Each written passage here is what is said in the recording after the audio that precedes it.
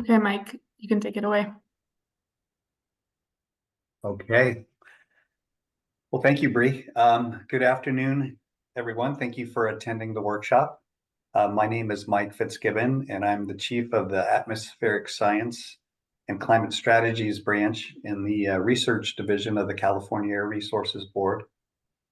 And today we're going to be discussing the F-gas Reduction Incentive Program, or called FRIP, which was established to alleviate barriers to adopting climate-friendly refrigerant technologies and to reduce hydrofluorin or HFC emissions. And the HFC is a very potent greenhouse gas.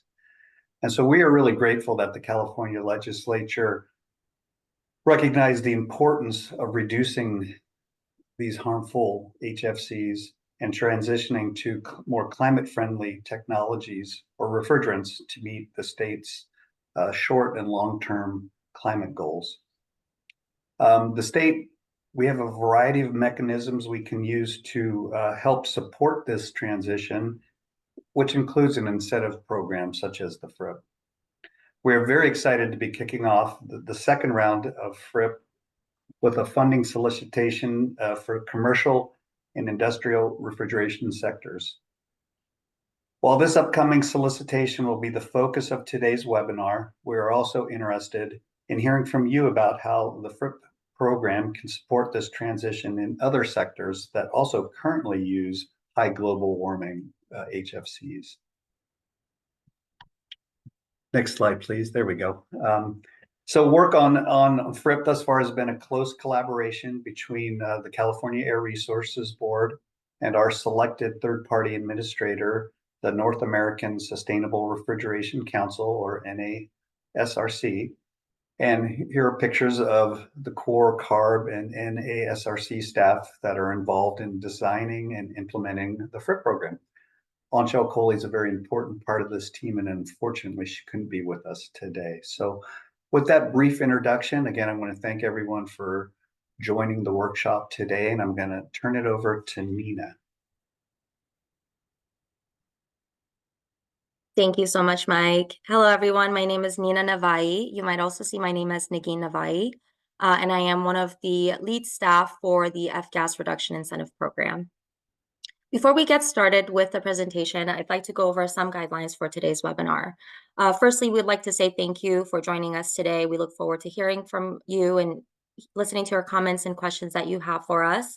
We have 2 designated comments and question periods today throughout the webinar, so please save your comments and questions for those timeframes only. Until then, everyone's audio is going to be set on mute. We'll also be using the Zoom poll function to gather additional feedback from you throughout the presentation. For any verbal comments and questions, please raise your hands virtually and we will call on you and unmute you in the order that the hands were raised. If you're calling in by phone, please press *9 and virtually raise your hand. Please be respectful. This includes being respectful of everyone's time and limiting your comments to 3 minutes so that everyone gets a chance to speak. For written comments and questions, please enter them at any time in the Q&A box. The webinar is going to end no later than 3 p.m. today. If there are any questions and comments that we do not get to, please email them to frip@arb.ca.gov so we can continue the discussion. I'm going to go over a brief overview of the agenda. So we're going to start with, I will start with a FRIP overview. And then I'm going to move on to the draft commercial and industrial solicitation design, which is going to be the main focus. And then Bree will give more information on that as well. And after that, we will start our first comments and questions timeframe. Following the comments and questions timeframe, we will have our third-party administrator, NASRC, give their presentation on the outreach and application support, followed by the FRIP web portal and application preparation and the next steps. And then we will have the second comments and questions timeframe. And then after that, we will end at 3 p.m. Before we get started with the presentation, we'd like to know a little bit more about you and see who is in attendance today. So we will launch the first poll question. Okay, so how familiar are you with FRIP? Are you very familiar with FRIP? Are you somewhat familiar with FRIP, or is this your first time hearing about FRIP? And I'll give about 10 seconds per question so everyone has the chance to answer.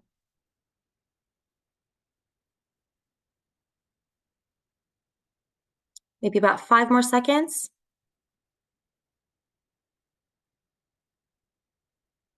Okay, and Josh, if you can close the poll and show us the results.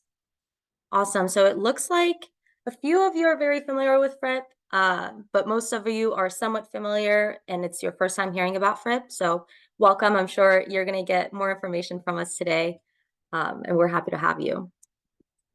Okay, so moving on to the second question, what is your organization's role? Is it a refrigeration system owner operator, engineering design? Are you from a government agency or a nonprofit? OEM manufacturer, service contractor, trade association, union, or utility? Or does none of that apply? You can choose the other option.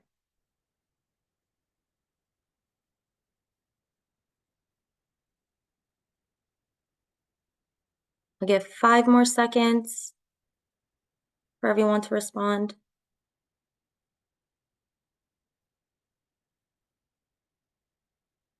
Okay, if we can close the poll and see the results. Awesome. And we are going to move on to the last question before we resume the presentation. If you own or operate a refrigeration system that has more than 50 pounds of refrigerant, what sector are you in? And I think as a poll, okay, there it is. What sector fits you best? Is it retail food refrigeration, industrial process refrigeration or IPR, or is it cold storage or other refrigeration? And if none of this applies to you, you can choose the not applicable option.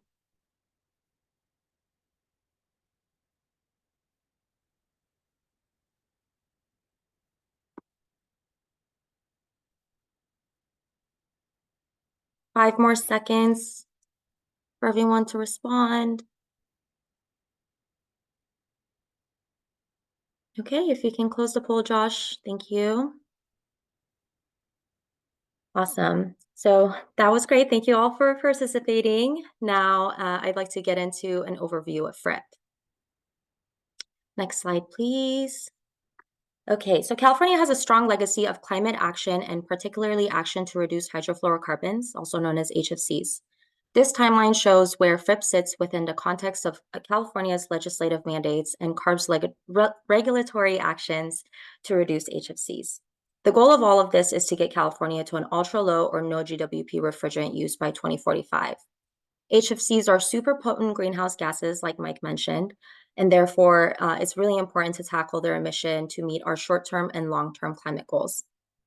As part of this, the legislature established FRIP in 2018 via Senate Bill SB 1013, and the program was first funded in 2019 to promote the use of alternative low GWP refrigerant technologies. Based on the success of round 1 of FRIP and recognizing the need to increase the support for the reduction of HFCs, the legislature appropriated an additional $65 million in funding to FRIP in the 2022 and 2023 budget. Next slide, please. I'd like to give you a brief summary of this round of FRIPs, round 2, before we get into the details.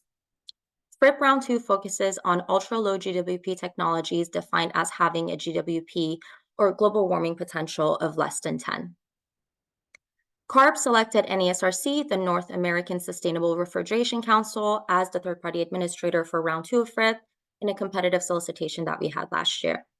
We are now in the midst of designing the program, and we're looking for your feedback, which you can provide to us today during this webinar, or you can also email us at frip@arb.ca.gov. Out of the $65 million available in FRIP round 2, we propose to dedicate $40.5 million to build off of the first round of FRIP, which primarily focused on retail food sector only. With the second round, we'd like to support more ultra-low GWP projects in the commercial and industrial refrigeration sector. This sector has market-ready ultra-low GWP refrigeration technologies available, and the potential for significant emission reductions. This 40.5 million is divided between existing facilities with systems that have more than 50 pounds of refrigerant and facilities with systems that have 50 or less pounds of refrigerant. CARB released the CNI, the Commercial and Industrial Draft Funding Guidelines, on August 1st, and that is now available for public comment until August 22nd. The CNI guidelines focus on funding for facilities with the largest systems that I mentioned, so that top row. We also intend to provide funding for those for the other sectors that are not included and have not been included in the round 1 of FRIP, and we'll get into that a little bit more at the end of the webinar. Finally, NASRC will receive 10% of the total funds for their work on FRIP over 7 years. NASRC is providing invaluable expertise and staff resources to help make this program successful. We're going to hear from them a little later today about the work that they've been doing to inform the draft program design and publicize the upcoming solicitation, as well as their upcoming work providing technical and application support, particularly for those facilities that would not otherwise be prepared to make the switch to climate-friendly refrigerants. And as I mentioned previously, the focus of today's workshop is to dive deeper into the FRIP's proposed funding guidelines. And to reiterate, the goal of the upcoming CNI refrigeration solicitation is to reduce the HFCs and alleviate barriers to the adoption of ultra-low GWP refrigeration equipment. CARB plans to prioritize funding for facilities in disadvantaged and low-income communities, smaller businesses, and independent facilities, and you'll see that reflected on the draft program design. All of the content that we're going to share with you today is available in the draft funding guidelines on CARB's FRIP webpage. Cheryl is going to share a link with you in the chat now, so you can refer to that. This is CARB's proposal for the upcoming commercial and industrial solicitation based on the goals of FRIP and discussions with industry experts. But none of this is final, and that's why we're here today. We're looking for your feedback on everything that we're discussing. Through the solicitation, 38.5 million are available to replace existing high GWP technologies with ultra-low GWP technologies. This solicitation is for CNI, commercial and industrial facilities, and that report under the CARB's Refrigeration Management Program, also known as the RMP program, or the RMP system, my apologies, which are the facilities with systems that have more than 50 pounds of refrigerant. This solicitation focuses on incentives for existing facilities which face financial and technical challenges in transitioning to ultra-low GWP refrigerant technologies compared to the new facilities. We plan to hold 2 application windows over the next 6 months, and funding is going to be distributed on a first-come, first-served basis, but we'll get into that a little bit more in the next slides. This table shows the staff proposal for funding that will be set aside for each sector. As you can see here, funding is going to be allocated across 3 different sectors, shown in the different colors, blue, yellow, and green. The first sector is retail food, followed by industrial process and cold storage, other refrigeration. This funding distribution is based on RMP data, which shows us that 75% of systems are in retail food, 12% are industrial, and 8% are in cold storage, other commercial facilities. We have 30.5 million set aside for retail food, 5 million set aside for IPR, and 3 million for cold storage, other ref. You're also going to notice that funding in the retail food sector is split between 2 different categories, and that is companies with 20 or more California stores, which I will refer to as the bigger companies, and companies with less than 20 stores, which I will refer to as the smaller companies. You also notice that the 2 application windows I mentioned previously are on this table. For the bigger company, retail food, IPR, and cold storage sector, staff proposes that all of the funding be available in the first window. If there is any funding left, we may open up a second window after evaluating the first round of applications. However, there is no guarantee of funding being available for these sectors in window 2. For the smaller company retail food sector, however, we propose to split funding evenly between 2 application windows. Setting aside funding in this second window will allow more time for these companies to plan and apply accordingly. Next slide, please. And as I mentioned previously, this program will prioritize funding for facilities in priority communities, that is disadvantaged communities and low-income communities, defined by Senate Bill 535 and Assembly Bill 1550. And Cheryl's going to share a link with you in the chat, which is going to be the mapping tool that is provided by the California Climate Investments, CCI. And you can use this tool to identify if you are located in these communities.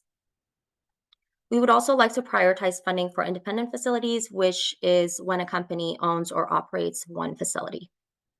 Now, before I pass it on to Bree to go into more details, we're going to pause for another Zoom poll.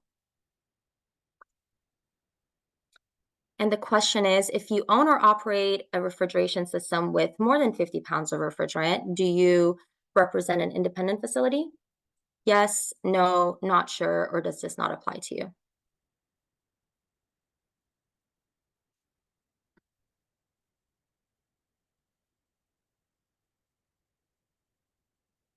I'm going to give 5 more seconds for everyone to respond.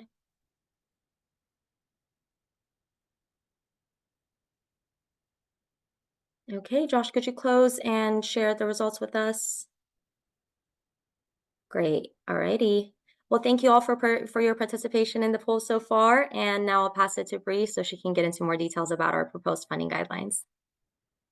Thanks, Nina. Oops, went too far.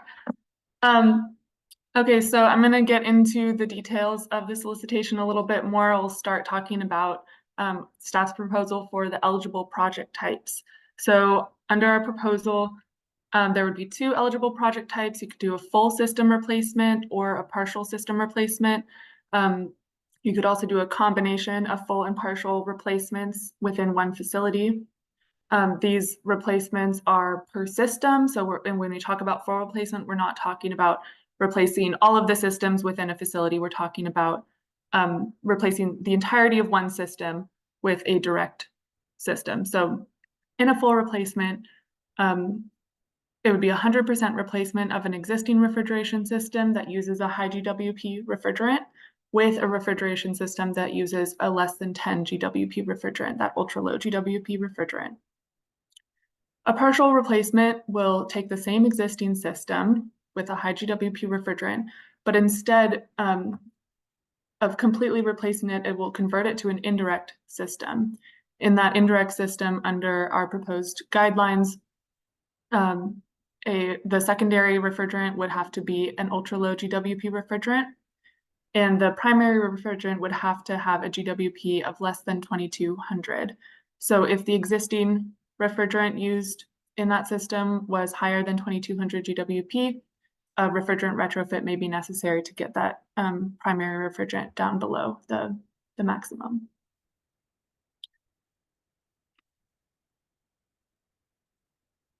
I'll go over the eligibility criteria that we have proposed in these guidelines now. First, I'll talk about the existing system criteria. So the existing system must be a direct refrigeration system currently operational in California. It must currently use an HFC or other high GWP fluorinated gas refrigerant. It must be registered under CARB's refrigerant management program. We also have some eligibility criteria that are differ by sector. That's this table at the bottom of the slide. In the retail food sector, the GWP for the existing systems refrigerant must be above 1300. For IPR and cold storage, that GWP must be above 1800 for the existing system refrigerants. When we talk about these values, we're using AR4 values, and Cheryl will chat a link to where we measure those GWP values, so you can take a look at what refrigerants qualify. We also have minimums on the existing system charge size that differ by sector. So for the retail food refrigeration sector, at least one system within the facility that is existing must have a charge size of over 50 pounds. For IPR, that's over 2,000 pounds, and for cold storage, that's over 1,000 pounds. So this isn't meant to be that every system in the facility needs to be above this amount, but at least one system in the facility needs to be above this amount. And in IPR and cold storage, we're really trying to tackle those larger systems that have a potential for a lot of emission reductions. The existing systems in our proposal could be owned or leased by the end user. And we have a quick poll that Josh will pull up now about that.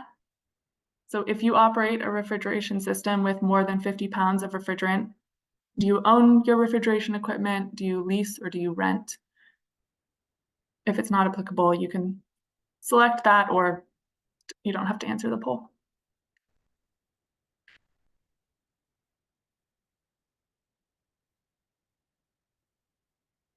Give a few more seconds. All right, Josh, you want to share the results? Okay, great, thank you. All right, these are the other eligibility criteria that staff proposes under this solicitation.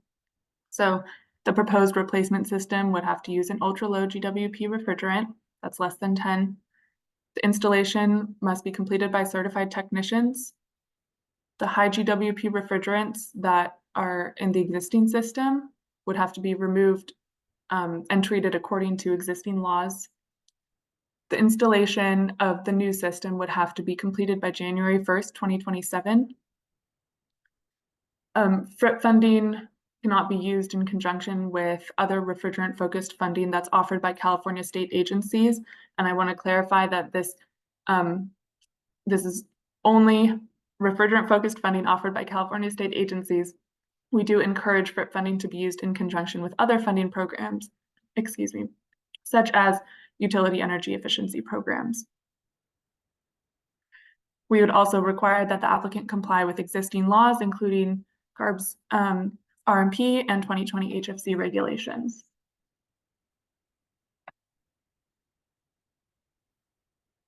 Okay, so now we're going to get into how the incentive awards would be calculated.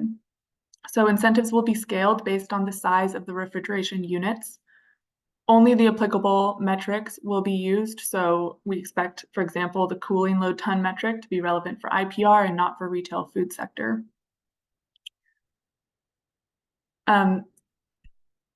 For refrigerated cases, the incentive would be calculated based on the linear feet of high GWP refrigerated cases that are removed. And for island cases removed, we would calculate that based on the perimeter of the unit. For walk-in or refrigerated spaces, we'd be looking at the square feet of high GWP walk-in cooler or a freezer space removed. And then for cooling load tons, we'd be basing it off of the cooling load tons that use high GWP refrigerant and that are replaced with ultra-low GWP refrigerant. So it's not based on the capacity of the entire mechanical system.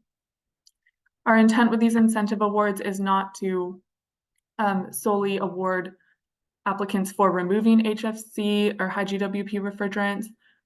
We're trying to promote ultra-low GWP technologies, and so we have a proposal to require that the replacement system, that ultra-low GWP system, be within 15% either direction of the size and capacity of the removed system.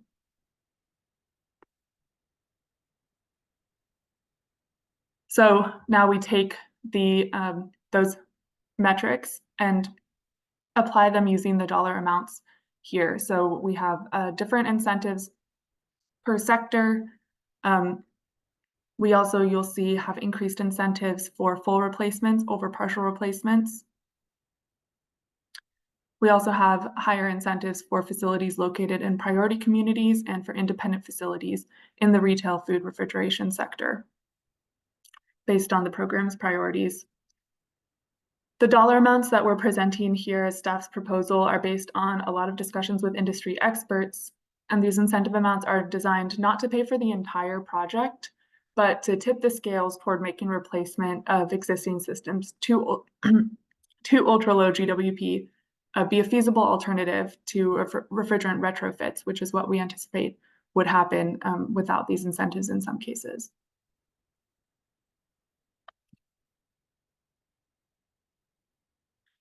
We're also proposing caps for the incentive awards. So this is intended to spread the funding across a larger variety of projects and companies.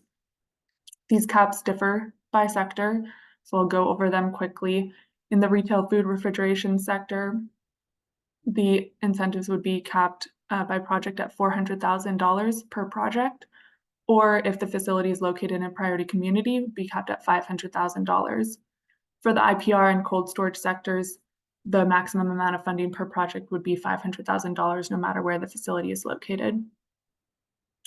I'll also note here that the funding amount will not exceed the documented cost of the refrigeration equipment. So that includes the mechanical equipment, the refrigerant itself, evaporators, connecting piping, valves and controls, and other materials. And so if the cost of all of that is less than this incentive maximum per project that is in the table, the incentive award would be the cost of would equal the cost of the refrigeration equipment. We also have maximums per company. So for the larger companies, the companies with at least 20 facilities in the retail food sector, we would cap each company at getting $1 million of FRIP funding. Or if they're doing projects in 2 facilities located in priority communities, that cap would be $1.1 million.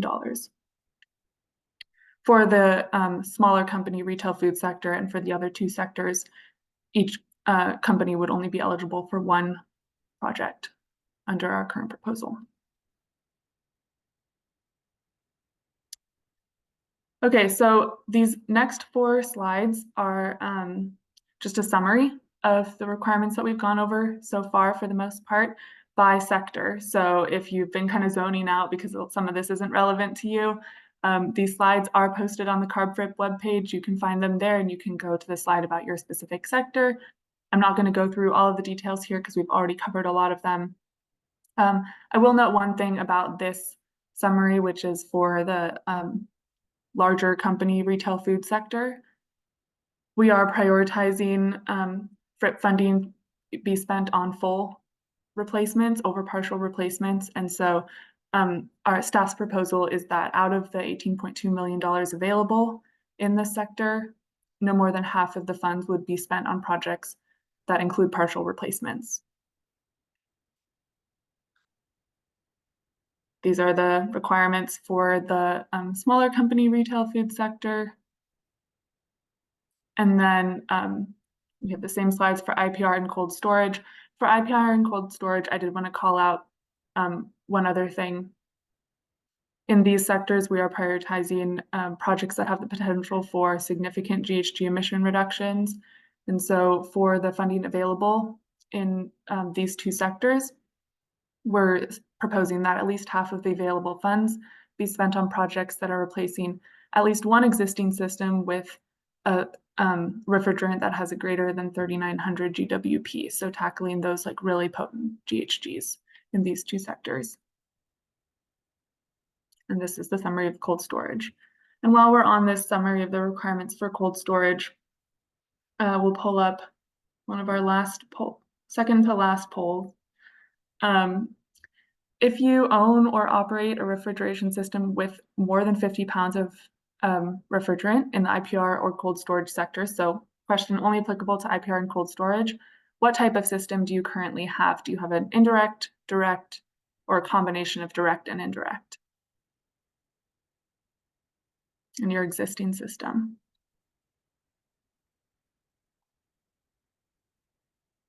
A few more seconds.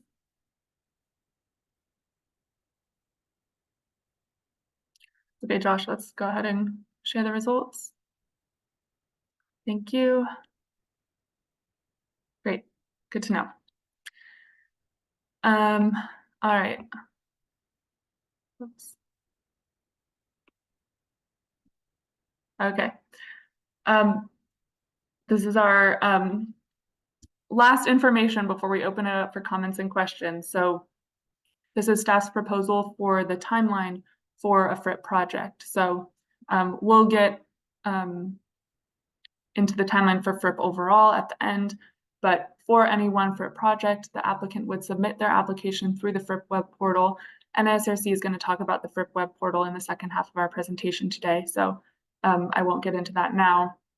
This is a first come, first served program, and so as soon as possible after that web portal, after the application window launches, the applicant can submit their application, and the first window would tentatively be open by September 16th, 2024. Once NISRC reviews the application and determines that they're going to award funding to an application, they would send the applicant the grant agreement. Cheryl will share a link to our draft grant agreement template in the chat. That is one of the program materials that we're looking for public feedback on during this public comment period.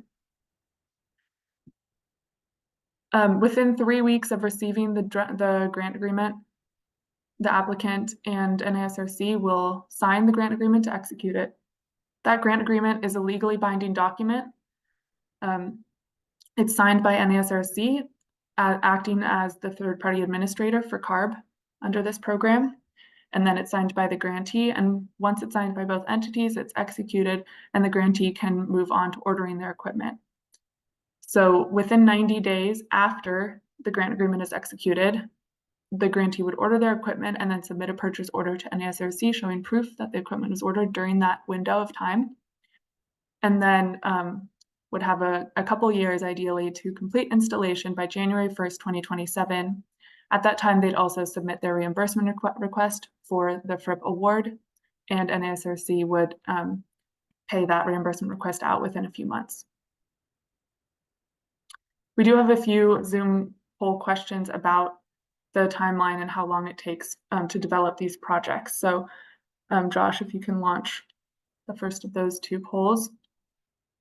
In general, how long will it take to develop the scope and develop a floor plan for a FRIP project? So this is like the kind of information that you need to develop before submitting a FRIP application. Will it take you 1 to 2 months, 3 to 4 months, 5 to 6 months, or more than 6 months?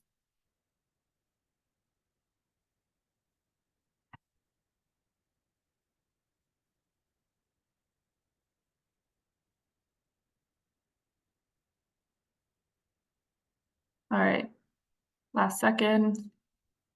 Go ahead and share the results, Josh. Thank you. Great.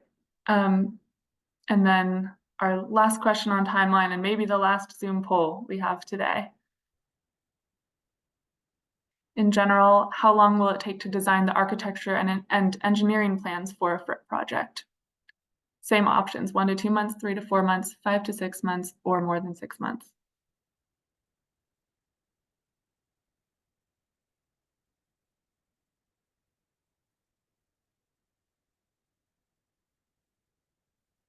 Okay. I'm gonna share the results. Great, thank you. All right, so that concludes the first half of our presentation today.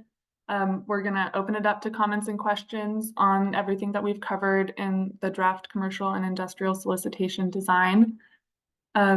Remember to, if you want to provide a verbal comment or ask a question verbally, use the raised hand function and use *9 if you're calling in by phone to raise your hand virtually. And Nina will call on you in the order that your hands were raised. You can also submit a comment or question in the Q&A box on Zoom. I know it's called the Q&A box, but we're accepting comments and questions. We really want to hear your feedback today. Please state your name and affiliation when you ask a question or make a comment. And we do have a few questions down at the bottom of the slide for you to consider as you're giving us feedback, things that we've been wondering a little bit about. So I'll just go over those quickly before we open it up. Would you prefer to have available funding split over 2 application windows versus just having it in one? Will any of the eligibility requirements that we've proposed today pose significant barriers to implementing a FRIP project? Based on the timeline we've talked about today, will you have sufficient time to prepare a FRIP application and complete a FRIP project? And then because at the state, we're not only thinking about how to reduce HFCs, but how to meet California's larger long-term climate goals. We want to know what you think are the best ways to encourage energy efficiency for the new ultra-low GWP equipment that we're funding through this program. All right, I'll invite all the panelists from CARB and NASRC to turn on your videos and be prepared to answer questions. And Nina, take it away. All right, great. I'm going to start with Jordan Edwards. You are now allowed to unmute and speak.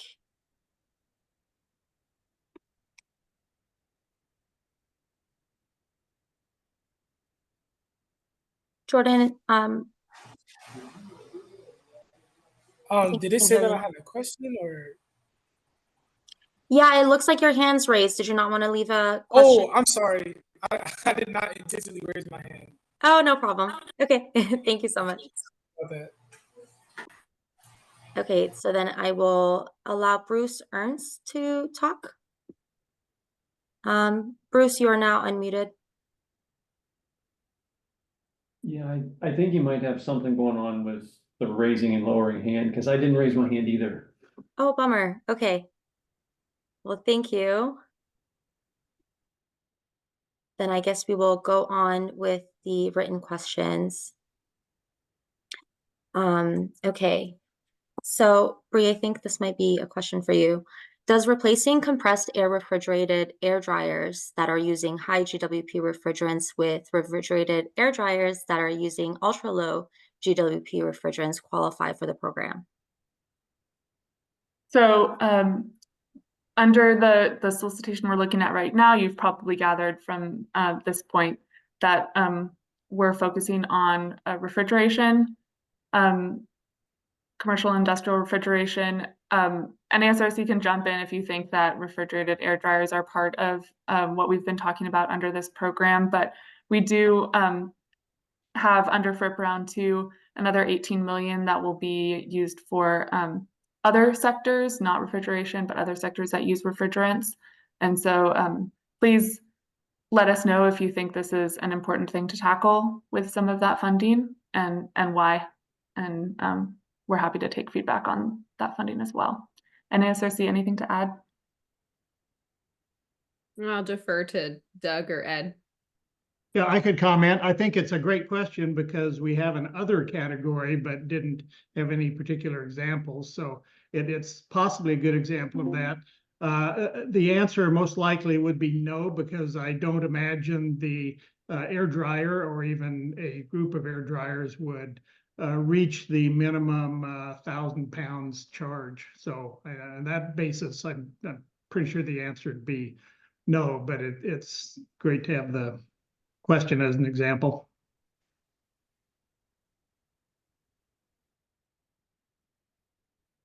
Okay, I'll move on to the next question. This is kind of the same, but referring to HVAC package units. So does replacing HVAC packet units that utilize high GWP refrigerants used for office space, schooling, and industrial site for food processing sites qualify if they are replaced with ultra low GWP alternatives? If so, what sector of funding does that fall under?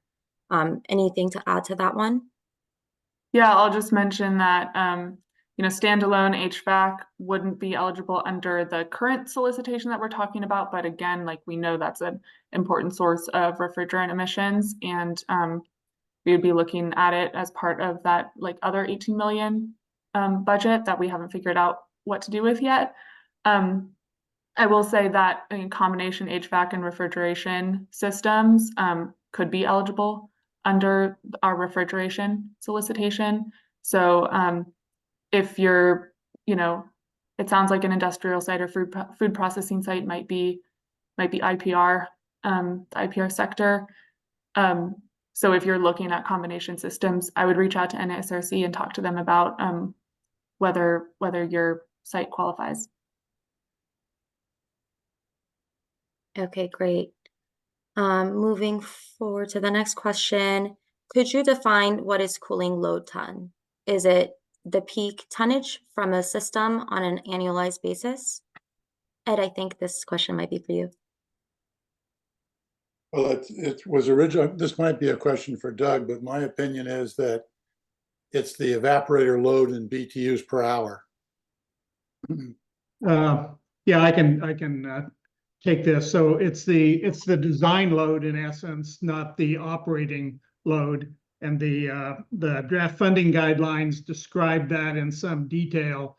It would be the lesser of the maximum compressor capacity or the applied evaporator coil or heat exchanger capacity. But it's not the operating tonnage, it's more the design tonnage. And we Okay, do have, like Doug said, a specific definition of cooling load ton in the draft funding guidelines, which I know Cheryl put in the chat. So I'm not going to read it out for the sake of everyone, but you can find it there. thank you both. Okay, next question. We are a retail food operation and our HVAC is tied into our 404A refrigeration rack along with our cases and walk-in. Could we receive incentives for the cooling load of the HVAC portion? I'll answer that one. The answer is no, not on the cooling load, but the cost of the equipment, if you change the coil or the air handler, since it's connected to the refrigeration system, you can use that cost as your base equipment cost. But the incentive will still be based on the lineal foot of cases and the square foot of the walk-ins.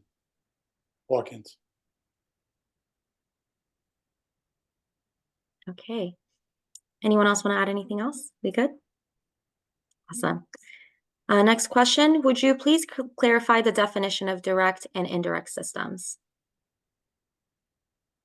Yeah, so in the draft funding guidelines, we do have a definition of indirect system. It's shorter, so I'll read that one out. A system that uses a central refrigeration system to cool a secondary fluid that is then circulated throughout the facility to the cases. So we expect it to have both a primary and a secondary refrigerant. We don't have a specific definition of direct systems, but the direct systems would only have a single refrigerant and would not use that secondary fluid. Thank you, Bree. Next question is, how can a solution provider identify and engage with potential companies that are aligned with the specific requirements and conditions outlined in the solicitation? Danielle, do you have any thoughts about that based on the work NASRC's been doing? Can you repeat the question? I was trying to look for it. Oh, I see it. Okay. Yes. It's Dr. Monica. Yep. It's so vague. So if you want to engage with us, just reach out.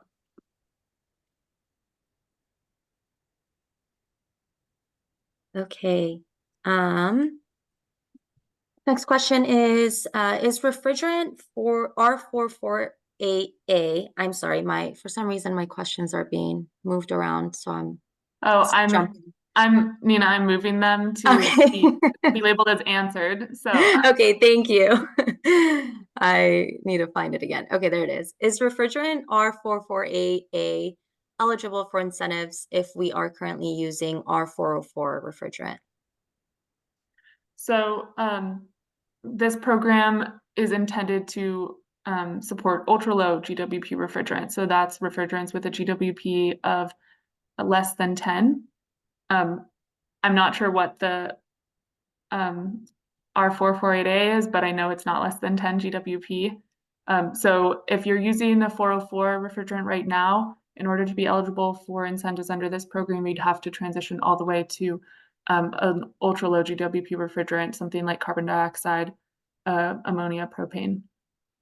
I would add the only caveat to that is if you're doing a partial replacement and then your primary refrigerant could be switched out to 448 as long as you're circulating CO2, glycol, something like that.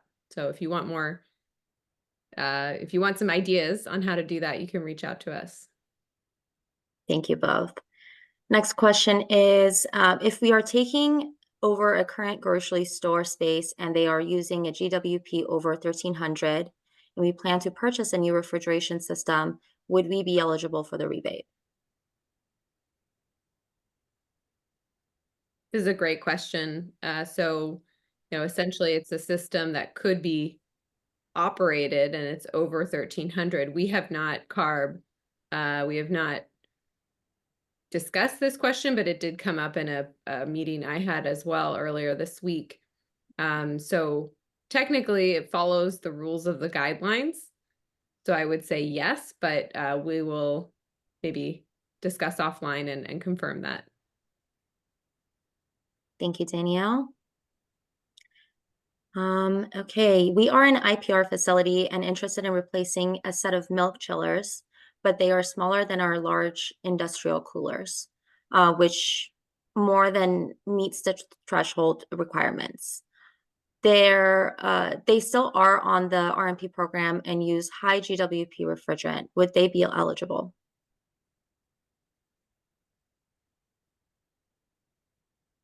I think what's in the guidelines is that it has to be within, is it 15% of the Yeah, the size or capacity. size or capacity? Perhaps we could look at this on a case-by-case basis if there's a good reason why the system needs to be smaller. For instance, if it significantly increases the efficiency of the system. And we're, yeah, I would be curious, Julie, if you wanted to reach out with more specific numbers to CARB or NASRC. I think we'd want to see this case and make sure that we understand the impacts of our requirements in the guidelines. I will also note that when we're talking about that 15% in either direction, we're not talking about a system for system basis. We're talking about all of the systems that you're removing versus all of the systems that you're adding to the facility. So if you're removing one large system and replacing it with a few smaller systems, that might still meet the requirements that we've currently proposed. Great, thank you. Next question is there a project documentation requirement here? For example, documenting the barriers, costs, performance of the system so that the learnings can be scaled?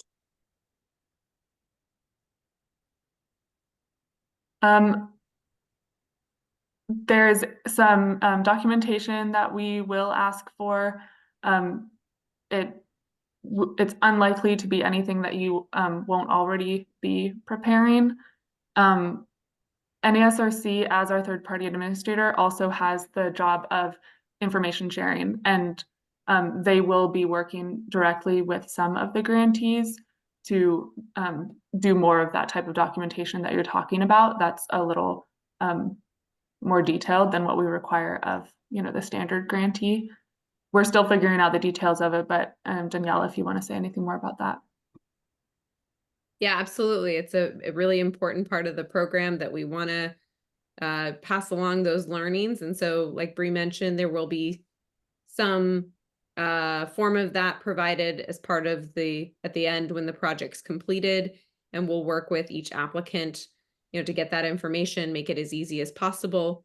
And then there will be some projects that we'll highlight as part of our information sharing. We'll do, case studies, and other materials and even videos to highlight those successes and share the learnings. Great. The next question is why is A2L not considered for this program? So the intent of this program is to support ultra low GWP refrigerants and that transition of the market towards ultra low. CARB does have regulations already in place that are going to support the transition to kind of the medium GWP refrigerants. And so the purpose of our incentive program is to support facilities that want to go beyond what is in the regulation, and really support the ultra low GWP market, which still needs some support to get up to speed and ready for all facilities in California to make that transition. And I would just add A2Ls are not barred from the program. It just has to be less than 10 GWP. And my understanding is of the refrigeration solutions, that are less than 10 GWP. The only ones that are market ready are CO2, ammonia, and propane. There's some recent activity at the EPA SNAP program approved a few new end uses for refrigeration. Those, have made their way to the building code approval process in California, but there's no products available on the refrigeration side. So if those products are available and they're less than 10 GWP, they would absolutely be eligible. I would add to that, I think on some of these systems that are going to be engineered systems, that certainly could be considered and probably would be used with indirect, say, CO2 or glycol. So in places where it's just not feasible to use ammonia or too hot for CO2 transcritical, that might be a good solution. But it is still early stages for building code use and approval. Okay, and this question also ties into the last one. I was wondering, why aren't refrigeration systems that use natural refrigerants, CO2, propane, ammonia, specifically prioritized in this incentive program? Kind of goes back to what Danielle was saying, is our understanding is that this will be the majority of ultra low GWP refrigerants that we fund. CARB is technology neutral, so we set the GWP limits. We don't take a stance on how facilities will reach those limits. Great, thank you. Just a quick time check. I know we only have a few more minutes till we keep moving forward. I don't know if we'll get to all the questions right now, but I will try my best. But the next question is in regards to the question above about the HVAC package units. What if those units were replaced with a central refrigeration system? I would say share some more information with us about that project and we can get back to you. Great. So this is a hypothetical scenario for a potential applicability. Industrial site with multiple IPR systems using a refrigerant that qualifies but has less than the 2000 charge. If there was a project submitted to consolidate multiple less than 2,000 pound charge systems into a larger system, would that be eligible?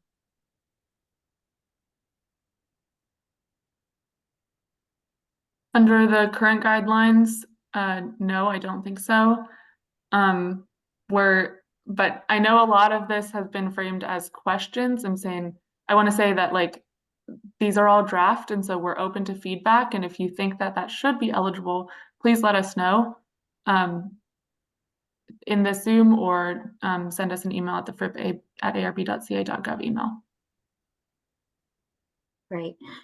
And someone's wondering if there's any chance that we'll be reallocating some of the 18 million for the other category to the commercial and industrial sector, since the category hasn't been fully defined yet. Maybe. Yeah, I wouldn't take anything off the table at this point. We're looking for input. Yes. Okay.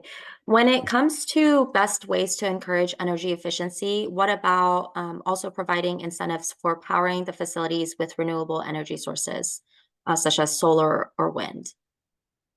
We would absolutely support that option. I don't know if solar has anything to do with energy efficiency, but certainly, we want to promote decarbonizing the building footprint as much as possible. And we are, in coordination with any utility programs that would offer incentives on the basis of energy efficiency savings. Thank you.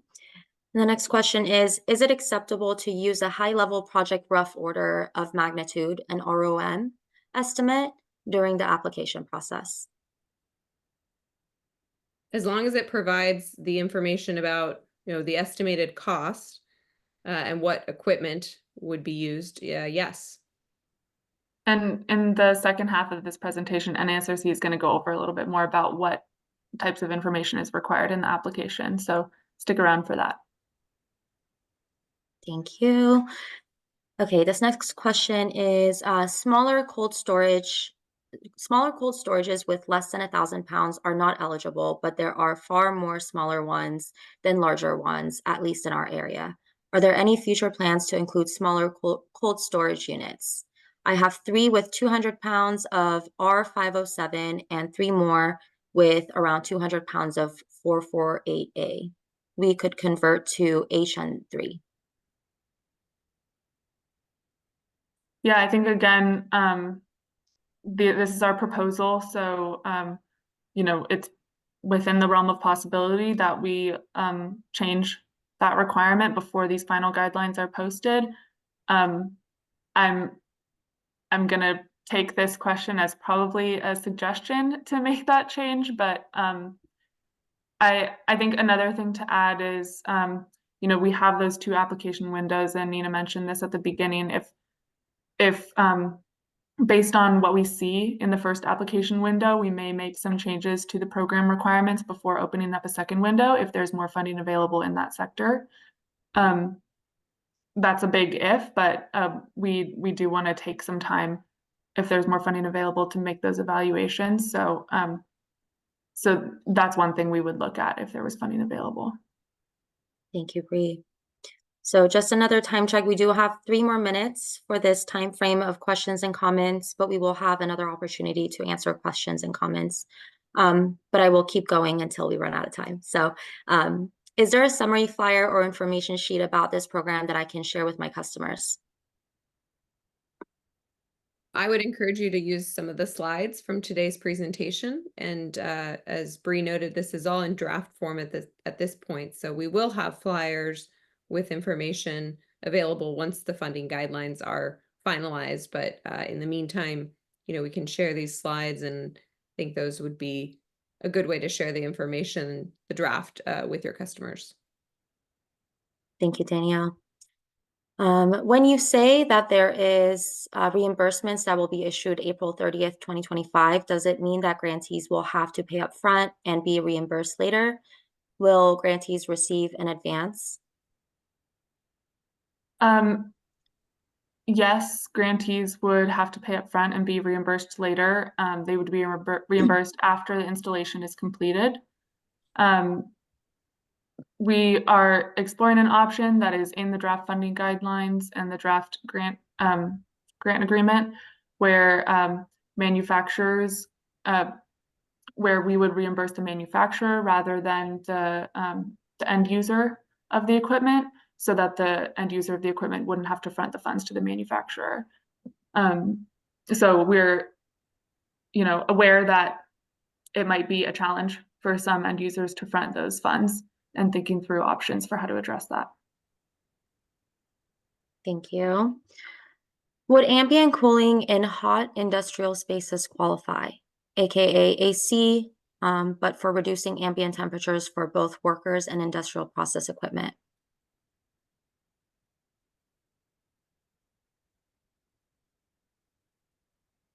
Not at this time.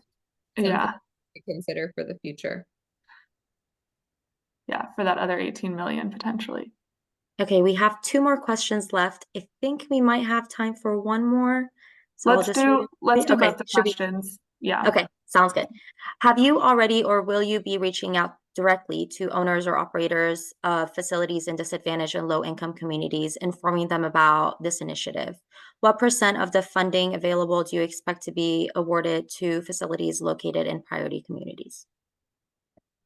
Yeah, great question. And that's something I'll talk about next, but we are doing direct outreach to owners and operators in disadvantaged communities. We have a list, based on the RMP facilities that we've been going through.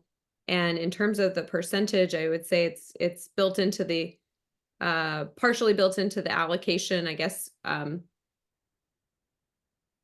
When it comes to food retailers, we would expect at least, half of the funds to go towards disadvantaged, low income, priority communities. I would say that percentage is a lot higher for the industrial and cold storage projects, roughly 90% or greater. And we hope that the increased incentive and outreach that we're doing is going to help drive some of that. Thank you. And the last question we have for now is, and this is a two-part, there's a comment and a question, so I'll go with the question first. How is CARB FRIP priming the market for ultra-low GWP refrigerants in HVAC now? And then the comment is, add one for allocating 18 million and more in the future to target HVAC refrigerants. System loads are significant for energy usage, and charges in aggregate are a huge opportunity. Great, thanks. If Mike's still on, I don't know if he wants to say anything about this, but I'll just say that as far as incentive funding go, there has not been incentive funding for HVAC or reducing HFCs or high GWP refrigerants in HVAC equipment thus far from CARB. So that is something we're looking at with the 18 million. So if Mike's on, if he wants to say anything more about anything else that CARB has done in that sector, you're welcome to. Oh, no, I think you got it, Bree. Thanks. Okay, that's all the questions and comments we have so far. Great, thank you so much, Nina. And I'm going to pass it over to NASRC for the second half of the presentation. Great. So I'm going to talk a little bit about outreach and support and application support and do a walkthrough of the application portal. Next slide. First, I'll just give a very quick overview of who we are. The North American Sustainable Refrigeration Council is a 501c3 nonprofit dedicated to building a sustainable future for refrigeration, supermarkets and beyond. We focus on natural refrigerants, so CO2, propane, and ammonia for two main reasons. Number one, they're the most future-proof, climate-friendly option for refrigeration today. And number two, they can't be patented. So there hasn't really been a champion to drive them forward in the industry. But I do want to emphasize we are neutral when it comes to low GWP alternatives and technology agnostic. So really we need all solutions at the table. And our goal is to really level the playing field for naturals and other solutions. To achieve a successful transition from HFCs, we really have three main goals. Number one, we need the people. So focus on workforce development and building a sustainable technician workforce. We need increased funding to offset the cost of replacing equipment. And we need to improve technology options, education, and awareness overall. Next slide, please. So to achieve this goal, our strategy, our superpower really is the strength of our incredible network of members and partners. Food retailers representing over 55,000 locations. We also have industrial and cold storage end user members as well. Next slide, please. As well as major equipment manufacturers, service contractors, engineer design firms, consultants, even utilities, really anybody who's playing in this space. Next slide, please. In terms of application support, our goal is to be here to support applicants from start to finish. We have a wonderful team to help administer the FRIP funding program. Our outreach managers and program staff are available to any potential applicant, starting now through the application process and all the way through the project completion. We've already started to do some direct outreach, I mentioned, to the RMP facilities, including food retailers, industrial and cold storage sites, and some of those in the other refrigeration category, as well as their project partners. That's a really important piece of this is reaching, contractors who service these facilities, making them aware of the program, helping them to understand what the options are when it comes to transitioning those existing HFC facilities. We've been building out resources to help inform and educate applicants on those technology options and the services that are available to help them transition to those less than 10 GWP technology solutions, even if those aren't fully natural, right? Like I said, we are agnostic. And so if a partial solution is going to be what is the right fit for that facility, that's what we want to help them accomplish. We've launched a webinar series that's available right now on our website, and will also be on the FRIP funding website. And we'll soon be scheduling our technical roundtable calls. These will be open sessions where anybody can call in with a question and talk with one of our technical leads about their project. And we'll also be supporting folks through the project eligibility and helping to understand the requirements, preparing applications and reviewing those applications. And also, very importantly, where it is applicable, connecting applicants with additional funding sources that might be available. So I encourage you to reach out to us if you have a project that you're looking at, whether you're a project partner or you're the owner operator yourself. Contact us, either phone number here, email, or through the website. Next slide, please. As Bree mentioned, one of the big program priorities is to ensure that small and independent food retailers have the resources that they need to participate in the program. And so we've not only focused our outreach in this area through mailers and direct communications, prioritizing those that are in the priority communities, but also providing technical assistance through the form of project eligibility review, one-on-one meetings, technology familiarization, conducting pre-install inspections and site visits, and supporting them through the project scoping process, obtaining bids, and answering any technical questions that come up. So again, if you have questions or need support, please contact us and we'll put you in touch with the right team member to support your needs. Next slide. So now I'll take us through a preview of our web portal and application process.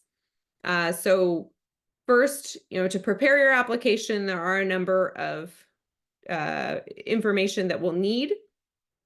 Here are some of the fields: the facility address and contact information, your project estimated start and end dates, estimated project cost. This can be in the form of a bid or rough order magnitude costs, really your best estimate as to the cost of that refrigeration equipment. We need information on the existing and proposed refrigeration system. So looking at what type of system exists today, what type of refrigerant, how much refrigerant, and then details on the system size. So food retailers, the linear feet of case, square foot of walk-in space. For industrial projects, the cooling load ton, and for cold storage and other, a combination of linear foot of case and square foot of walk-in space. And we need that as well for the proposed system. Again, your best guess. Some of the project documents I'll talk through here. So we'll need a refrigeration schedule. I think that's the first one we have. If you'll go to the next slide. I'm gonna scroll for a second because they're a little further down, but Oh, okay, we can go back to it. no, it's all right. Here they are. No worries. I'm sorry. We can go back to it. The refrigeration schedule and then the floor plan. So we have some examples so you can see what this looks like, but really we're not, it's no two refrigeration schedules are going to be the same. So we can work with you on what you have. And then the next slide. And then if you would like us to do a pre-install inspection, we have an inspection form template that either one of our staff can come out and fill, or we can work with an authorized representative. So either someone from your organization or your service contractor to get us the information needed to validate the baseline. Sorry about that, Bree. In my mind, it just made sense to go there next. So now we'll do a walkthrough of the portal, which will be open prior to the application date. So you'll be able to go online and create an account. This is the page you'll see. Next slide. Once you create an account, then you'll put in the details of your account profile, including your contact and mailing information. Next slide. We'll also need the applicant contact information, which can automatically pull from your account profile.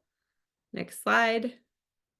And then we'll need contacts for the project manager and legal notices if these are different from the owner operator contact, and there's an easy toggle over switch if those are the same.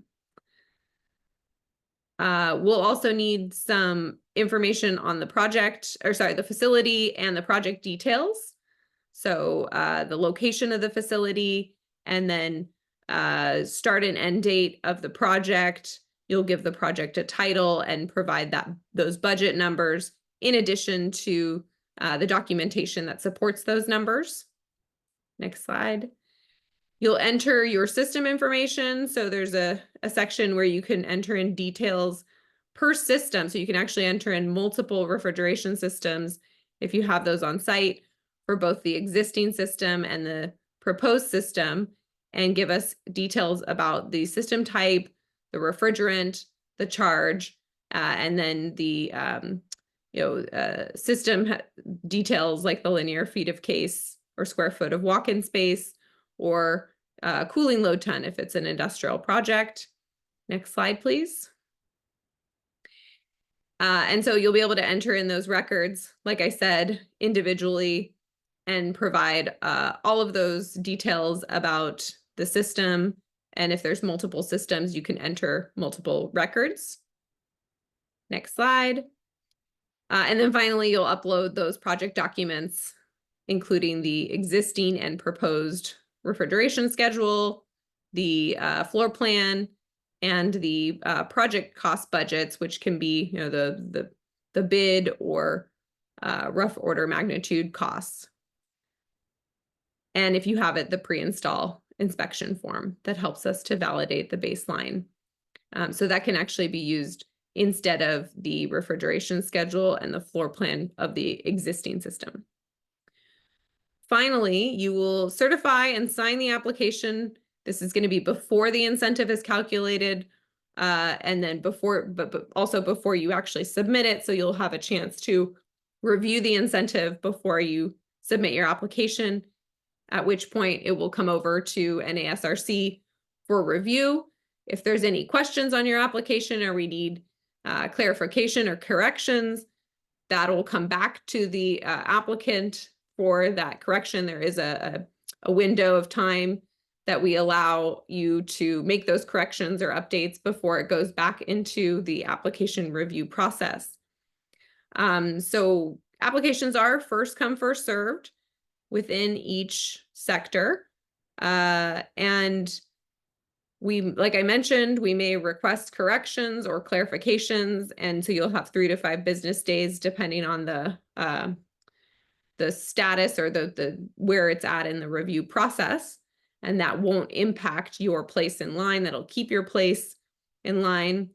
And so at that point, applications will be either approved, which means your project is eligible and funding's available, and we'll move on to signing the grant agreement. Your project could be rejected if it's not eligible, or if funding is no longer available, your project will be waitlisted. We are encouraging folks, if you have multiple projects, go ahead and submit them all, even if some of them get waitlisted or you hit the, corporate entity max. It's better to have those projects in line in case there's more funding available. And all of this will be, the notifications will be all through email. Of course, if we don't get a response, we can call you if you've provided your phone information. But the goal is to have this be a completely online process. And I think with that, I'm handing it back over to you, Bree. Yes, thank you. Oh, actually, there's one more. You want to talk about the steps to prepare your FRIP application? Yes. So to get ready for applications, number one, give your feedback. As we've mentioned many times on this, the funding guidelines are still in draft form. We're looking for feedback. Make sure that those funding guidelines are going to work for everybody. Number 2, confirm your eligibility. So make sure your facility is registered under the RMP and that you meet the thresholds of your sector. Confirm that you are reporting in correctly to CARB's 2020 HFC regulation and that you're in compliance there. And we can give you the contact information to make sure that that's happening if you have any questions on that.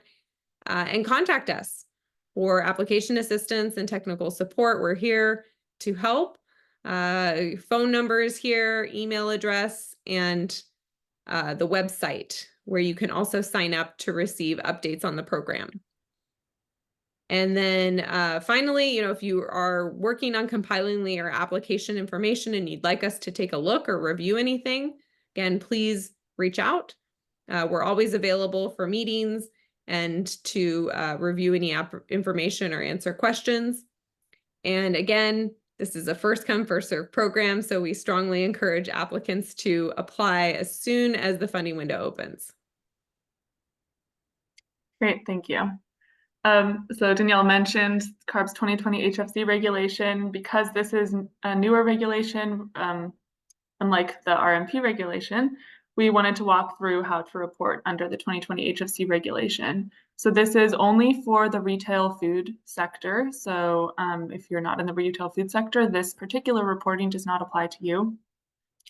This reporting uses the same reporting system, the refrigerant registration reporting system, R3, as you report to RMP under RMP. So same system. Hopefully you or your company is familiar with that reporting system already. This started in 2022, and then every year by March 1st, retail food companies are required to submit annual reports under this regulation to the R3 system. The annual reports must include 2 numbers, the company-wide weighted average GWP and the company-wide greenhouse gas potential for that applicable year. So it's fairly straightforward once you get on the R3 system. Cheryl's going to share a link to the R3 system in the chat. When you log in, you'll see a place to enter to find that report, and then you'll enter those 2 numbers, click submit, and that's your reporting for the year. The challenge comes in when you're trying to figure out exactly what numbers to report under the weighted average GWP and GHGP for the applicable year. We have an example calculation document that Cheryl will also link to on our website that can help walk you through how to come up with those 2 numbers, but we're also available for assistance to help you come up with those numbers. So you can contact CARB at hfcreduction@arb.ca.gov for assistance with that reporting.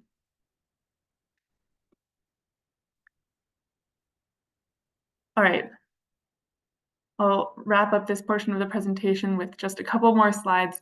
The first one is on the overall timeline for this commercial and industrial refrigeration solicitation and the application timeline. So we released the draft funding guidelines that are currently on our website for public comment on August 1st. The public comment period for these guidelines ends on August 22nd, so I believe that's a week from today. So please share your feedback with us at frip@arb.ca.gov. We are going to incorporate that feedback and hopefully post a final version of the funding guidelines in early September. At the same time, the FRIP web portal that Danielle walked through will be launched. So at that time, you'll be able to go to www.fripfunding.com and actually make a login and see what the application portal looks like. You'll be able to start playing around with it. We encourage you to do that and start putting in your information and saving it before the application window opens. The application window will open tentatively in mid-September, and then we'll have a second window after the holidays. All of this timeline is also draft, so if you have any feedback or concerns about this timeline, please share it with us.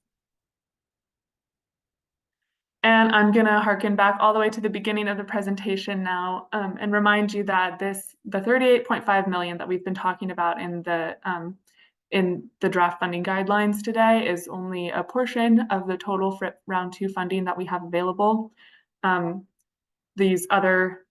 We've heard some ideas already about some of the other sectors for the 18 million that we haven't budgeted to any particular sectors. We have listed some ideas here that I'll run through, but are really interested in your feedback on these. So some ideas are fire and safety research for A3 refrigerants, ultra-low GWP heat pump technologies, space conditioning, commercial and industrial heat pumps for process applications, workforce development, and refrigerant reclaim. We're looking for feedback on this 18 million beyond the August 22nd deadline as well, so don't let that deadline deter you from giving us feedback on this 18 million. And now we'll open it up for comments and questions again, and this is not just about what we covered in the second half of our presentation today. This can be anything FRIP related. I've included a couple questions for you to consider providing feedback. So are we providing enough application support and time for you to submit a FRIP application? And if not, what do you think needs to change? If you're hearing this today and thought you might be, but no longer feel like you're interested in FRIP funding currently, we want to know, what would make you interested in applying for FRIP? And then of course, what should CARB consider using that remaining 18 million for that might not go to commercial and industrial refrigeration?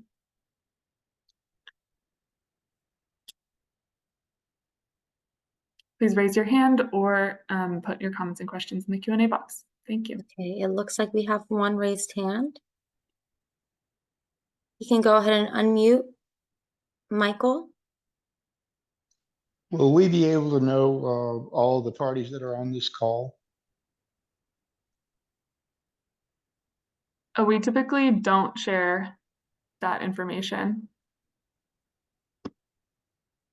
You can get a sense of it from, well, not everyone who put their questions in the Q&A box has provided their affiliation, but you can get a sense of it from the Q&A box. Thank you. Thank you, Michael. And give me 1 second. We have one more. Oops. Jill, I don't know if you wanted to ask a question or had a comment, but it looks like you lowered your hand. Oh, okay. You should now be able to unmute yourself. I lowered my hand, thank you. Okay. Thank you. I don't see any other hands raised, but we do have a question from Jeff Frolic saying thank you for the presentations and all the information for providing feedback on the 18 million beyond August 22nd. Should we do that via email to the CARB or NASRC teams? Yes, please share it with, at least with FRIP at arb.ca.gov. You're also welcome to add the FRIP email that NASRC has set up, info@fripfunding.com. Thank you. And then we have a comment from Heather Jones. The refrigeration industry is extremely conservative with thin margins in a lot of areas. New natural ref and low GWP technologies will naturally have a hard time entering the arena. I think using the 18 million to support for simpler, low risk, sorry, I lost my spot again, applications like HVAC can help emerging technologies break into the field. Thanks for that comment.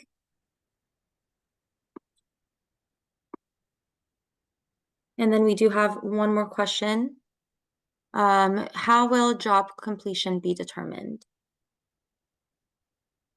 So we have a definition for that in the guidelines, but essentially it's once this new system is up and running and charged.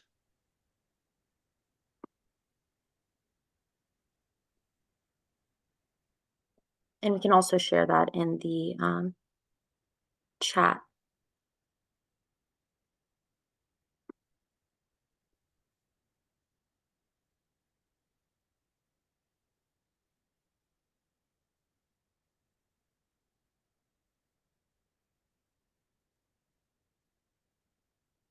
Any other comments or questions? I do see a hand raised.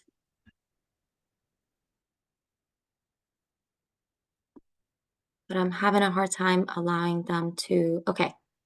Kevin Hamilton, you now have access to give your feedback. Great, thank you. Just wondering, you mentioned a place to make comments, and I was roving through CARB's website and unable to find that particular page in this case. So I was wondering if you could provide a link to that. Yeah, we're just accepting comments over email at frip@arb.ca.gov. There's no docket. Bree, It's maybe not you a can, formal docket. Go ahead. I was going to say, Bree, maybe you can share the slide that has our email on there.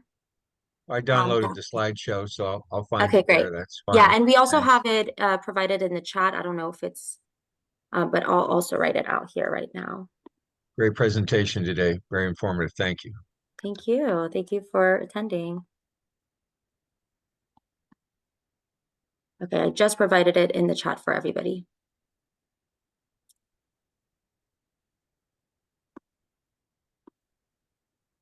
I don't see any other questions or raised hands. We'll give it one more minute. Yeah. Oh, here we go. Oh, there it is.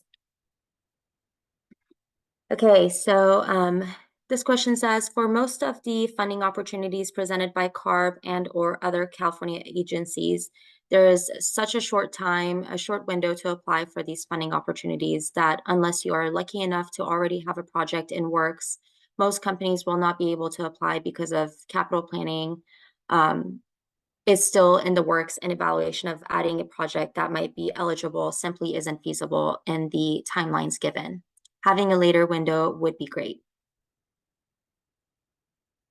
Thanks, Joey. And curious if you think that's applicable across all sectors or only in a specific sector, and how much later you think that window would have to be to make a difference.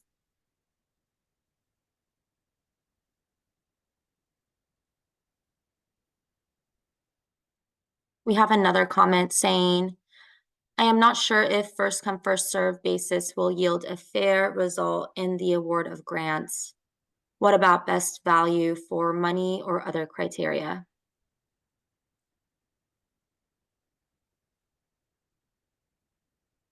Yeah, that's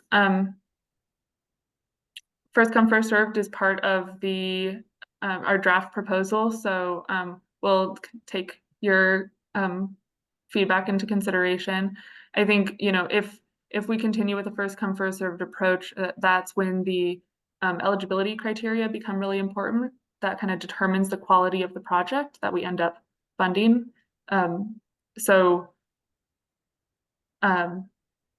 Take a look at that as well and see if we continue with first come first served, if the eligibility criteria you think kind of help us not fund any subpar projects or projects that aren't worth the value.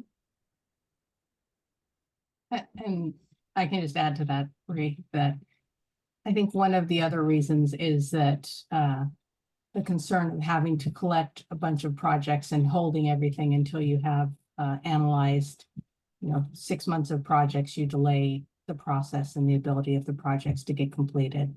So that was one of the issues we were trying to resolve.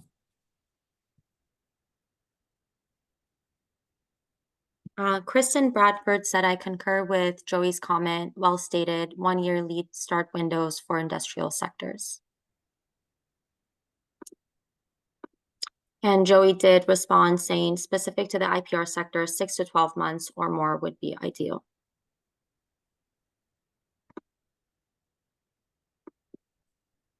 Thanks. That's all we had so far. Should we give it another minute? We'll give it one more minute. Okay.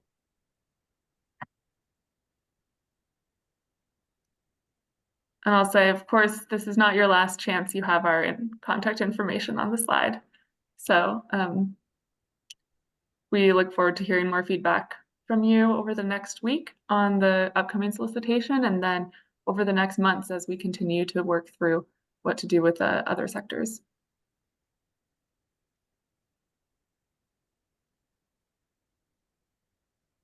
Okay, I think we're ready to close. Please remember, especially for this upcoming solicitation, reach out to NASRC. They're here as a resource to help with any potential projects or FRIP applications. And thank you for your attention and detailed feedback and questions today. Have a good rest of your day. Thanks, everyone. Thank you. Thank you.